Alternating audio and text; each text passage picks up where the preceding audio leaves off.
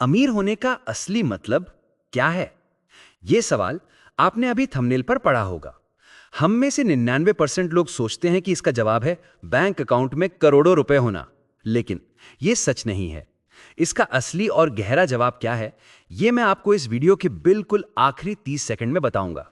और वादा करता हूं, वो जवाब सुनने के बाद आपकी लाइफ को देखने का नजरिया बदल जाएगा। लेकिन उस असली अमीरी तक पहुंचने के लिए पहले आपको वो एक गलती सुधारनी होगी जो आज आप कर रहे हैं। आप एसआईपी तो कटवा रहे हैं, पेट काटकर पैसा भी जोड़ रहे हैं, लेकिन 15 साल बाद जब आपको उन पैसों की जरूरत होगी, तब शायद वो पैसे आपके किसी काम नहीं आएंगे। क्यों? इसका जवाब देने से पहले एक बहुत जरूरी बात। मैं सेबी रजिस्टर्ड एडवाइजर नहीं हूं और ना ही मैं यहां कोई टिप बांटने आया हूं। यह वीडियो सिर्फ आपको जगाने और सिखाने के लिए है। मार्केट में रिस्क होता है, इसलिए अपना पैसा कहीं भी लगाने से पहले अपनी रिसर्च खुद करें और सोच समझकर फैसला लें। अब आते हैं उस गलती पर। सच बताइएगा, जब आपने अपनी पहली एसआईपी शुरू की थी तो क्या देखा था? यही ना कि पास्ट रिटर्न किसका सबसे ज्यादा है? या फिर किसी दोस्त ने कहा, भाई स्मॉल कैप में पैसा डाल दे, आग लगी हुई है, और आपने डाल दिया। यही हम मार खा जाते हैं। आप क्रिकेट खेलने के लिए फुटबॉल के जूते पहनकर मैदान में नहीं उतर सकते हैं ना।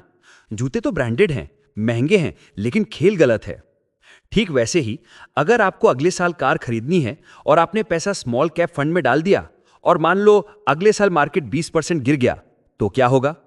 कार तो गई, 60 में डिप्रेशन मुफ्त में मिलेगा। मार्केट में हजारों फंड्स हैं, कंफ्यूजन होना लाजमी है, लेकिन इसका सोल्यूशन बेस्ट फंड ढूंढना नहीं, अपना गोल्ड ढूंढना है।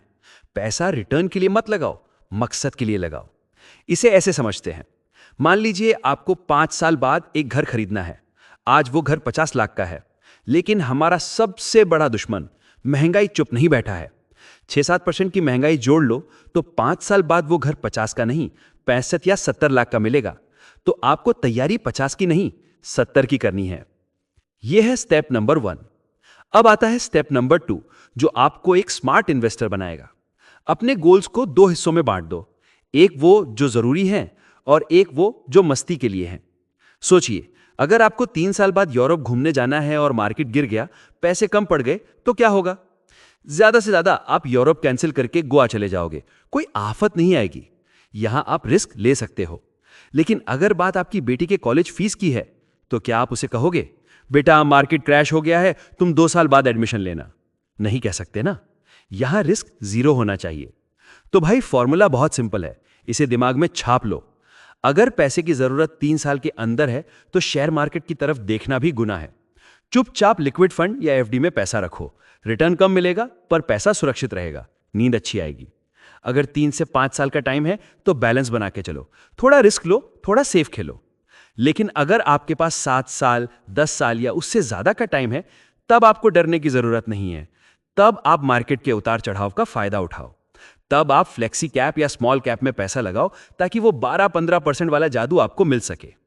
याद रखना, इन्वेस्टिंग कोई रेस नहीं है कि पड़ोसी ने ज्यादा कमा लिया तो मैं पीछे रह गया। ये आपकी लाइफ है, आपके सपने हैं। किसी और के रिटर्न को देखकर अपना रिस्क मत बढ़ाओ। अब आते हैं उस बात पर जो मैंने वीडियो की शुरुआत में कही थी, अमीर होने का असली मतलब। मेरी नजर में अमीर होने का मतलब करोड़ों रुपया होना नहीं है। अमीर होने का असली मतलब है आजादी। वो आजादी कि आप वो काम कर सकें जो आप करना चाहते हैं, जब करना चाहते हैं और जिसके साथ करना चाहते हैं। और सबसे बड़ी बात, रात को बिना किसी चिंता के सुकून की नींद सो सकें। अगर आपका पोर्टफोलियो आपको ये नींद और ये आजादी दे रहा है, तभी आप सही मायने में अमीर हैं। अब आप कमेंट करके बताइए, आपके लिए अमीरी की परिभाषा क्या है, पैसा या सुकून?